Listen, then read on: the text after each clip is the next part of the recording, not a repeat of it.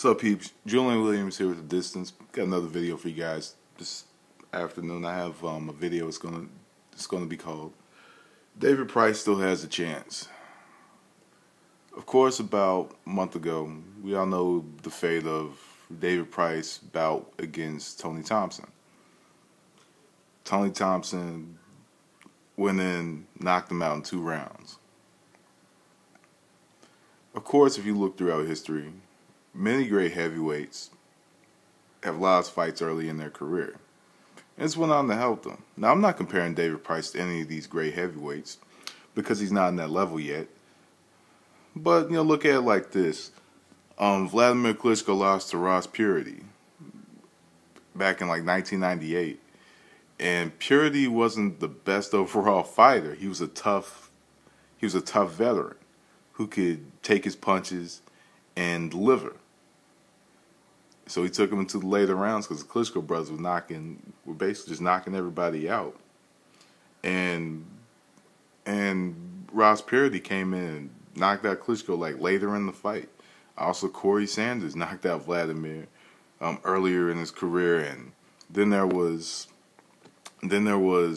Layman Brewster knocked him out. I think the first fight when he was with Emanuel Stewart.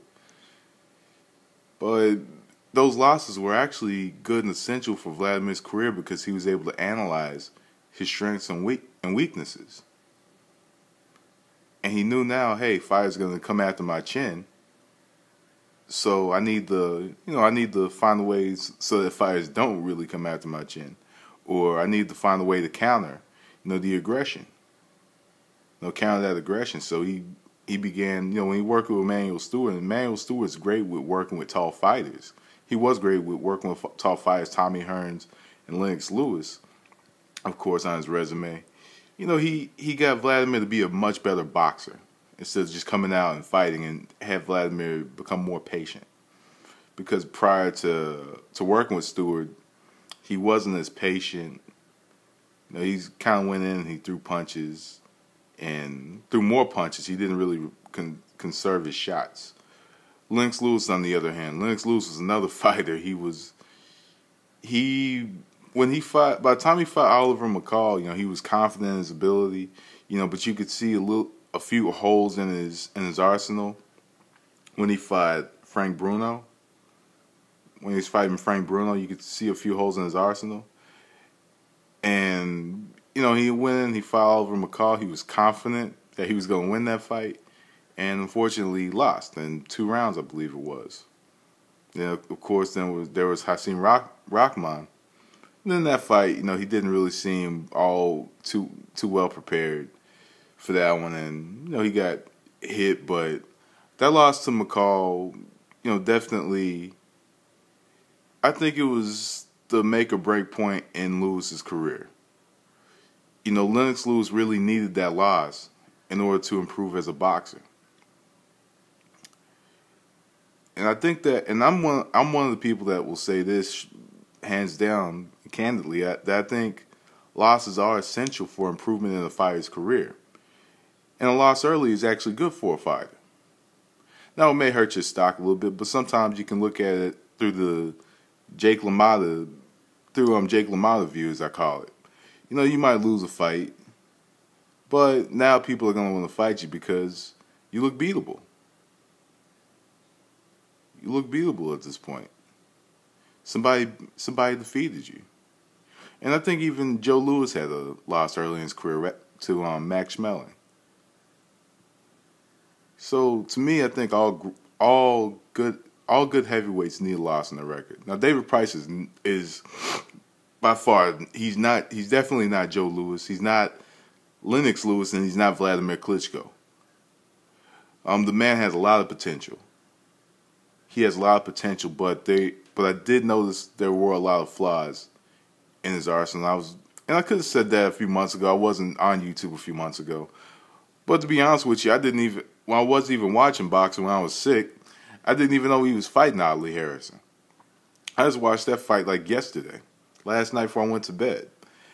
And what I've noticed with David Price is he goes in and he has this intent on knock you out early, which is not essential for any young fighter at this point when you're in contention.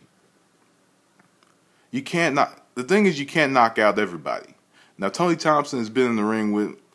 He's been in the ring with what's his name, Chaz Witherspoon, he's pretty good. And been in the ring with the best heavyweight in the world, in Vladimir Klitschko. So the man has experience. Those two names together, puts together an okay resume. But I was able to see, even though Tony Thompson was out of shape, I was able to see what Tony Thompson was doing. He was kind of marching backward a little bit, utilizing a lot of movement, looking to counter Price. One thing that I did notice with Price is that he did not tuck his chin. He was standing straight up, chin in the air, chin exposed, and he got hit. He got caught. It was over. And when your chin is in the air the way his chin was like pointing straight out. And if you look at David Price fights, he does not tuck his chin. He just stands there. He'll stand in front of you. He'll stand in front of you, and he's looking for that big shot. David Price has to work a lot more. Has to work on not just throwing the big shot behind the jab and expecting to hurt everybody. Now, he could have hurt Tony Thompson with that shot, but at the same time, you did see in spurts he was trying to end it early. So I know the rematch is set for July the 6th. I wouldn't have scheduled the rematch right away. I would maybe get David Price in a couple of fights to build up his confidence, restore his confidence, and work on what he needs to work on, so that maybe when he fights Tony Thompson the next time, he's much sharper from a mental standpoint. But even though the fight's already been scheduled, my hat goes off to him. It's, I'm guessing, it's difficult to go back into the ring with a guy that you just lost to in a couple of rounds when you were a top prospect. The fight with Tyson Fury, what could have been a huge payday. I think the fight, I personally still think that the fight should have happened. But, you win some, you lose some. I'm like, the fight can still happen, if you ask me. The fight can still happen. They both just have to continue winning. I'm interested in seeing if Tyson Fury faces Vladimir Klitschko this year. The Cunningham fight's is probably going to be difficult for him. And I'm going to do a prediction on that fight today. But man, overall, I still think David Price has a chance. This is the heavyweight division we're talking about. There's some decent fights out there for him. Wow, he's whooping his ass.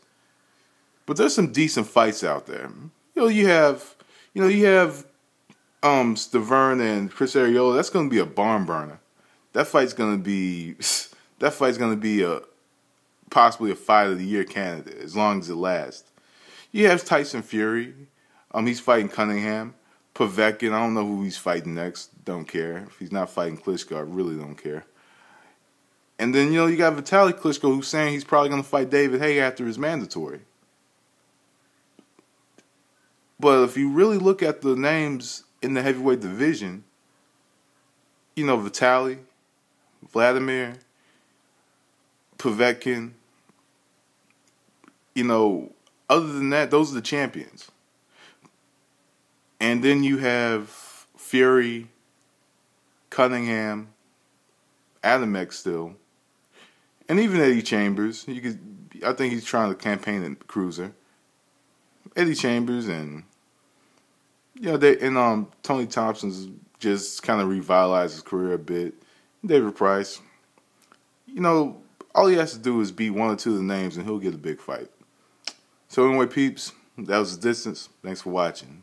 I'm out of here. Peace.